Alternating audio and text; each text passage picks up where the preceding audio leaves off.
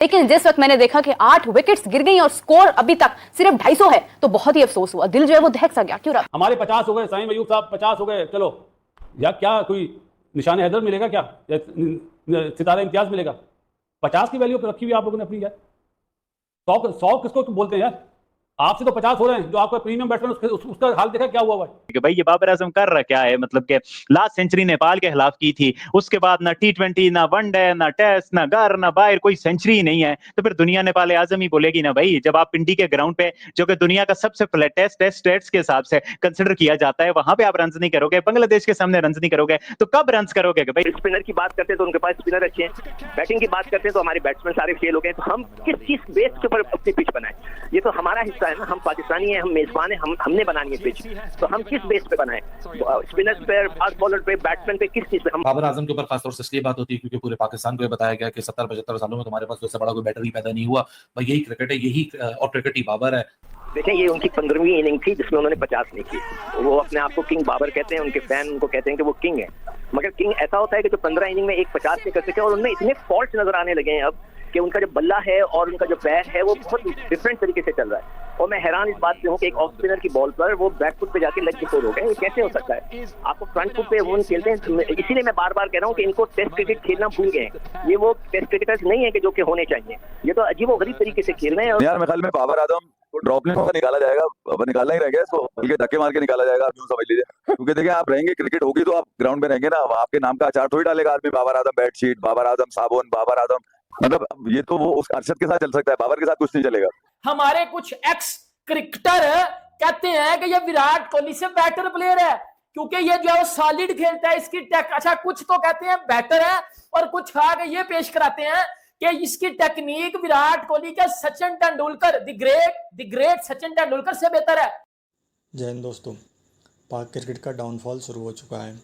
जी हाँ, बांग्लादेश से पहला टेस्ट मैच बुरी तरह हारने के बाद दूसरे टेस्ट मैच में भी बांग्लादेश ने पाकिस्तान की हालत ख़राब कर दी है। पहली इनिंग के पहले ही दिन पूरी पाक टीम को 274 रनों पर ऑल आउट कर दिया, जिससे पाक मीडिया में ऐसी खबरें चल रही हैं कि पाक क्रिकेट का भी हाल कहीं हॉकी और स्कॉच जैसा ना हो जाए। पहले तो चलो बाहर जाकर अच्छी टीमों से हारते थे, लेकिन अब छोटी छोटी टीमें पाकिस्तान आकर पूरी की पूरी सीरीज़ हरा कर चली जाती हैं। अभी जिम्बाब्वे की टीम हमें सीरीज़ हरा कर गई है और इस टाइम पूरा पाक मीडिया बाबर आजम के पीछे पड़ चुका है, क्योंकि 15 इनिंग से उसके बल्ले से कोई परफॉर्मेंस निकल कर नहीं आई है। 100 तो छोड़ो, एक 50 तक नहीं मारी है। और उसको कंपेयर करते हैं विराट कोहली के साथ। पहले तो कम से कम नेपाल और जिम्बाब्वे के खिलाफ तो ये रन बना देता था, लेकिन अब तो प्रैक्टिस सेशन में इसको क्लब बॉलर्स बोल्ड करके चले जाते हैं। उनको तो फेस करने में अब इसको डर लगता है। वजह ये है कि यार, आप जब 3-4 साल के बाद अपने आप को देखते हैं ना, तो आपको अंदाजा होता है कि जो रूट 5 साल में 18 सेंचुरी मार रहे हैं, विराट को तो छोड़ ही दें, जिससे आप अपने आप को मिलाते हैं, उससे तो फिर भी 4 मारी है। आपने क्या किया? 2 साल से तो आपके पास निकल के कुछ आ नहीं रहा, और जब आपके पास निकल के कुछ नहीं आएगा, जो लोग आपको लेकर बड़ा बड़ा बता रहे थे या जो कह रहे थे कि किंग कर लेगा, तो वो किंग किधर करेगा भैया? अब तो किंग का के भी नहीं रही है। मैं तो सुना है, तो जो लोग इसको फेवर कर रहे थे, जो लोग तस्वीर लगा के इसकी घूम रहे थे, जो लोग 56 नंबर लिख के पीछे घूम रहे थे, उन्होंने तो टी शर्टें फाड़ दी कुछ लोगों ने तो अपनी। ब्रांड जो है वो बोलता है, बाबर कभी भी ब्रांड नहीं रहा पाकिस्तान के क्रिकेट का। हाँ, ये जरूर है, उसके साथ जो लिबर्टी मिली, उसको जो रॉयल्टी दी गई, उसको जो लोगों ने बड़ा खिलाड़ी बनाने की कोशिश की गई, वो 2 साल से अगर आपके पास टीम को जिताने के लिए 5 मौके, तो मैंने बता चुका अपने यूट्यूब चैनल पे, 5 बड़े इवेंट बाबर आजम को दिए गए, वहां बाबर आजम की परफॉर्मेंस देख लीजिए भाई। उधर इंग्लैंड के बॉलर परफॉर्मेंस दिखा रहे हैं, उनका बॉलर गस एटिक्सन वो जो है 100 रन कर गया, और इधर हमारा बाबर भी चलो कुछ शर्म करेगा, वो भी कुछ रन करेगा। निस्बतन फ्लैट ट्रैक्स हैं पाकिस्तान में, बट नहीं भाई, बाबर आजम ने जिस तरह की बारी खेली, जिस तरह से वो एक शेल में नजर आए, टिमिड सी उनकी अप्रोच थी, 2 चौके मारे, एक भी एज लगा, डरते डराते फिर उनका वही हाल हो गया। पाकिस्तानी बैटर्स ने जिस तरह की बैटिंग की है भाई, पहली बैटिंग में तो पहले टेस्ट मैच में फिर 400 प्लस कर दिया, डिक्लेयर हो गए, बट इस बार जिस तरह की उन्होंने बैटिंग की है, कैचेस भी ड्रॉप हुए, बट उसके बावजूद जिस तरह से बैटिंग की है, वो भी एक कंसर्न तो रहेगा कि भाई ये कैसी बैटिंग है। 3 बैटर्स ने 50 की हैं, बस अपने वो 50 की है, और उस अप्रोच से निकल के कि भाई मेरी जगह पक्की, और आउट होते गए 3 बैटर, सलमान अली आहा, शान मसूद और उसके अलावा सैम अयूब, अपना 50 करने के बाद बड़ी बारी में कन्वर्ट ना कर पाए, तो भी वो भी एक डिसअपॉइंटमेंट है कि भाई आपको अच्छे स्टार्ट्स मिले, आपने बड़ी बारियों में क्यों कन्वर्ट नहीं किया। बाबर आजम ने आज अपने करियर की one of the most purest innings खेली है सवेरा। बाबर आजम को जब नाहीद राना, बाबर आजम आते हैं, नाहीद राना उनको पूरा ओवर बीट कराते हैं, और बाबर आजम को कुछ समझ नहीं आती, एक बॉल बाउंस, फिर बैक ऑफ द लेंथ, फिर गुड लेंथ, पेस, एटीट्यूड, एक स्पाइस नाहिद राना की बॉलिंग में, और बाबर आजम उसके बाद देखते हैं कि बाबर आजम सऊद शकील और साइम अयूब को पुश करते हैं कि तुम लोग पेसर्स को खेलो और मैं स्पिनर को खेलूंगा। और ये हमेशा जो भी टीम्स होती है ना, वो अपनी कंडीशंस को बड़े अच्छे तरीके से इस्तेमाल करती हैं, स्पेशली जो पिच होती है, पिच को अपनी मर्जी से वो बनवाते हैं, क्योंकि जाहिर सी बात है उनकी अपनी होम सीरीज होती है। आप ऑस्ट्रेलिया में चले जाएं, बाउंसी पिचेस बनेंगी, वो बिल्कुल स्पिन ट्रैक नहीं बनाते, वो इस वजह से बनाते हैं क्योंकि सारी जिंदगी उन्होंने बाउंसी पिचेस खेली, अपने फास्ट बॉलर्स को फायदा होता है। इंग्लिश कंडीशन में देख लें, वहाँ फास्ट बॉलर्स की पिचेस बनती हैं, वहाँ स्पिनर्स का इतना अहम रोल होता ही नहीं है। न्यूजीलैंड देख लें, साउथ अफ्रीका देख लें, इन सब जगहों पे कभी भी आपने देखा है कि स्पिन पिचेस बनती हों? नहीं बनती। उनकी जो पहली सोच ये है कि हमारी जो कंडीशन हम उसका फायदा उठाएं, फास्ट बॉलर ज़्यादा से ज़्यादा खिलाएं और हम आउट करें वहाँ पे।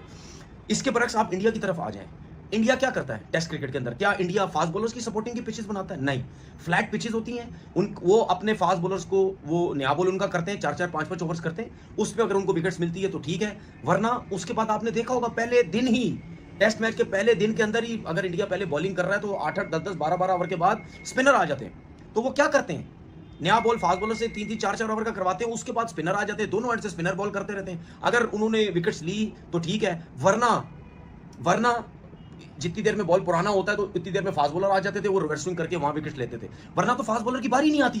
दोनों एंड से स्पिनर आउट करके, कोई दूसरे एंड से 6 कर रहा है, दूसरे एंड से 4 कर रहा है, कोई 5 कर रहा है, कोई 4 कर रहा है, तो फास्ट बॉलर तो उनके इतना उनको बॉलिंग करते ही नहीं थे, वो अभी भी नहीं करते, अपनी कंडीशंस का बहुत फायदा उठाते। इसीलिए आपने देखा कि जब इंडिया जब मैचेस जीतता है तो कितने बाहर के जो प्लेयर्स होते हैं वो कहते हैं जी क्या पिचेस बना दी इंडिया में, इतना बॉल ब्रेक होता है, इतना बैट्समैनों से खेला जाता है ना कुछ। तो भाई अपनी कंडीशन का फायदा उठाते हैं। हम क्या कर रहे हैं, हम इस क्यूरेटर को जो बाहर से आया है इसको लाके हम अपनी क्रिकेट और बर्बाद कर रहे हैं। हम क्या कर रहे हैं, हम बॉलिंग पैराडाइज पिचेस बनवा के जहां पे फास्ट बॉलर्स को भी हेल्प मिल रही है, स्पिनर की बात नहीं कर रहा, पाकिस्तान में जिस किस्म की विकेट बनाओ स्पिनर्स को फायदा होता है, वो बॉलिंग पैराडाइज पिचेस बनवा के बांग्लादेश जैसे बॉलर भी हमारे लिए मुश्किल बनी हुई है। ठीक है, हमारे फास्ट बॉलर ने ऐसी कंडीशन में अच्छी बॉलिंग नहीं की, लेकिन दूसरे हमारी कंडीशंस में आके फायदा उठा रहे हैं। आज भी देख लें, पहले ओवर से लेकर आउट होने तक उनके फास्ट बॉलर्स ने हमें मुश्किल में डाल के रखा है। और भाई हमारे बैट्समैनों की फॉर्म कब वापस आएगी, हमारे बैट्समैन कब रनिंग करेंगे? क्या ऑस्ट्रेलिया जब यहाँ आई थी, या इंग्लैंड जब आई थी, या न्यूजीलैंड आई थी, हम बेशक सीरीज भी हारे, टेस्ट मैचेस हमने ड्रॉ किए, हम अपने होम कंट्री में जीते नहीं, लेकिन हमारे बैट्समैनों ने रन्स तो किए ना। आपकी बॉलिंग कुछ नहीं कर पा रही थी, आपकी बॉलर्स फास्ट बॉलर आउट नहीं कर पा रहे थे, आपके स्पिनर आपके कुछ नहीं कर पा रहे थे। क्या इन फ्लैट पिचेस के अंदर ऑस्ट्रेलिया के बैट्समैन बॉलर्स ने आउट नहीं किए थे? क्या स्पिनर्स ने आउट नहीं किए थे? इसी तरह इंग्लैंड के फास्ट बॉलर्स ने आउट किए, न्यूजीलैंड के उनके फास्ट बॉलर, उनके स्पिनर्स पाकिस्तान की फ्लैट कंडीशंस में भी आउट करते रहे हैं। हमारी बॉलिंग में प्रॉब्लम है भाई, पिछे वही फ्लैट रखो। क्या 25-30-35 साल पहले चले जाओ तो क्या हमारे फास्ट बॉलर्स पाकिस्तान में अपनी कंडीशंस पे आउट नहीं करते थे? इसी किस्म की फ्लैट पिचेस होती थी, दूसरों को मुश्किल में डाला होता था, दूसरों फास्ट बॉलर को गेंद ही नहीं पहुंचता था, स्पिनर हम टैकल करते थे हमारे, क्योंकि अपनी कंडीशन में खेलते थे, हमारे बैट्समैन स्पिनर को अच्छा खेलते थे, फास्ट बॉलर्स को उनका गेंद नहीं पहुंचता, तो उनसे इतना रिवर्स स्विंग नहीं होता था, हमारे बैट्समैन रन करते थे। क्या हमारे बैट्समैन बाहर की कंडीशन में जाके स्ट्रगल नहीं करते थे? सारी जिंदगी स्ट्रगल की है, लेकिन अपनी कंडीशंस में आके उनको यह फायदा होता था कि चले यहाँ फ्लैट पिचेस है, हमारे बैट्समैन कम से कम रन करके, टोटल अच्छा करके, हमारी बॉलिंग बहुत अच्छी है, हम इनको आउट कर लेंगे।